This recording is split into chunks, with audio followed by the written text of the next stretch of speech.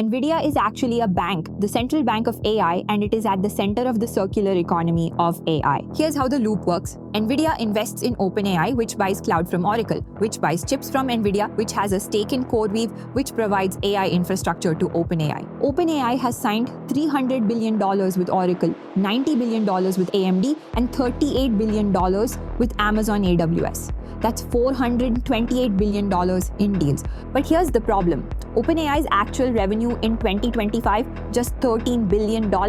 They're spending 33 times their revenue on infrastructure deals, and it gets worse. By leasing GPUs to OpenAI instead of selling them, NVIDIA is helping OpenAI avoid depreciation charges on their books. But NVIDIA now carries that risk instead. This is exactly what happened in the dot-com bubble. Telecom equipment makers like Nortel, Lucent, and Cisco lent money to startups to buy their own equipment. When that bubble burst, the Nasdaq fell 77% and took 15 years to recover. NVIDIA has invested $53 billion across 170 deals in AI companies between 2020 and 2025. Companies that are buying NVIDIA's chips. Analysts are calling NVIDIA the central bank of AI, the lender of last resort, keeping the boom alive.